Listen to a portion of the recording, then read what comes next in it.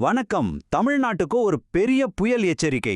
அடுத்த சில நாட்கள் ரொம்பவே முக்கியமானதா இருக்க போகுது.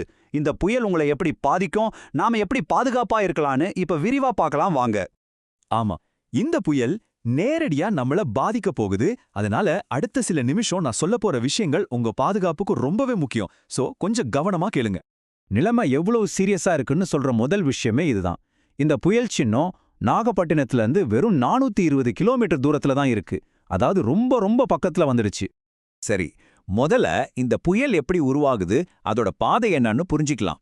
இதுல கவனிக்க வேண்டிய முக்கியமான விஷயம் என்னன்னா, இது நம்ம கடற்கரையை நெருங்க நெருங்க வீக் ஆகல, இன்னும் சொல்லப்போனா இன்னும் ஸ்ட்ராங் ஆயிட்டே வருது. சிம்பிளா சொல்லணும்னா இது ஒரு காற்றழுத்த தாழ்வு மண்டலம். இது மேற்கு வடமேற்கு திசையில நகர்ந்து கொஞ்சம் கொஞ்சமா வலுப்பெற்று நம்ம கடற்கரையை நோக்கி வந்துகிட்டு இருக்கு. ஓகே, அடுத்த 72 மணி நேரத்துல என்ன நடக்க போகுது, புயல் எப்போ வரும், வானிலை எப்படி மாறும்னு ஒரு டைம்லைன் பாத்துடலாம். இந்த பகுதி ரொம்ப முக்கியம்.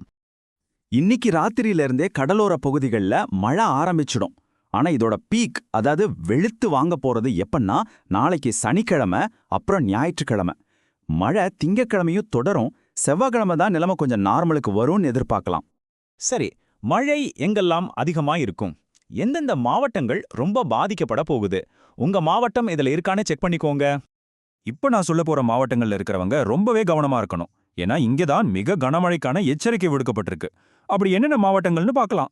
பாருங்க, நாகப்பட்டினம், மயிலாடுதுறை, கடலூர், விழுப்புரம், அப்புறம் புதுச்சேரி, காரைக்கால்.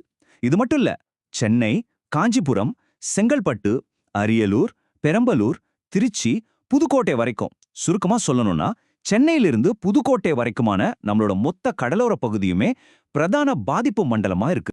இது ஏதோ சும்மா பெய்யற மழை இல்ல. ரொம்ப அதிகமா பாதிக்கப்பட போற பகுதிகள்ல 10லிருந்து 15 சென்டிமீட்டர் வரைக்கும் மழை கொட்டுன்னு சொல்றாங்க. யோசிச்சு பாருங்க, இது பெரிய பாதிப்புகளை ஏற்படுத்த வாய்ப்பு இருக்கு.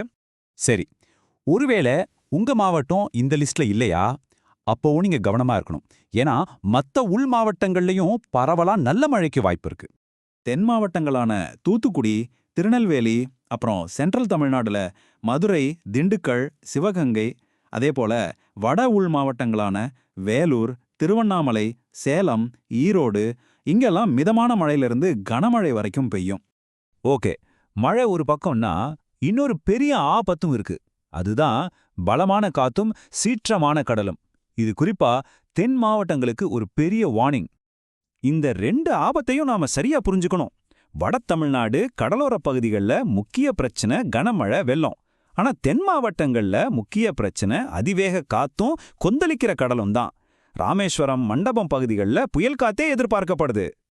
தென் கடலோர பகுதிகள், குறிப்பா ராமநாதபுரம், மண்டபம் பகுதிகளில் காத்தோட வேகம் மணிக்கு 50லிருந்து 70 கிலோமீட்டர் வரைக்கும் இருக்கும்னு சொல்றாங்க. இது சாதாரண காத்தில்ல, சூறாவளி காற்று. இது நிச்சயம் சேதத்தை ஏற்படுத்தும். கடற்கரையோர நிலைமைகளை ரொம்பவே ஆபத்தானதா மாத்திடும். சரி, இப்ப நம்ம கடைசி பகுதிக்கு வந்துட்டோம். இதுதான் ரொம்ப ரொம்ப முக்கியம். செவ்வாய்க்கிழமை வரைக்கும் நம்ம எப்படி பாதுகாப்பா இருக்கிறது, என்னென்ன செய்யணும்? தயவு செஞ்சு இப்ப சொல்ல போற விஷயங்களை கண்டிப்பா ஃபாலோ பண்ணுங்க.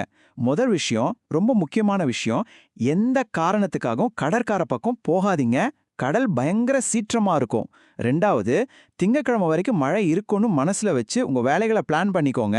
3வது, அரசாங்கம் சொல்ற அறிவிப்புகளை கவனிங்க. கடைசியா, இந்த எச்சரிக்கையை உங்க நண்பர்கள், குடும்பத்தினர் எல்லாருக்கும் ஷேர் பண்ணுங்க. இந்த முழு விவரத்தையும் ஒரே ஒரு முக்கியமான எச்சரிக்கையோட முடிக்கிறேன். இதை மட்டும் மறக்கவே மறக்காதீங்க. தயவு செஞ்சு கடற்கரையோர பக்கம் போயிடாதீங்க. கடல் ரொம்ப சீற்றமா இருக்கும். எல்லாரும் பாதுகாப்பா இருங்க.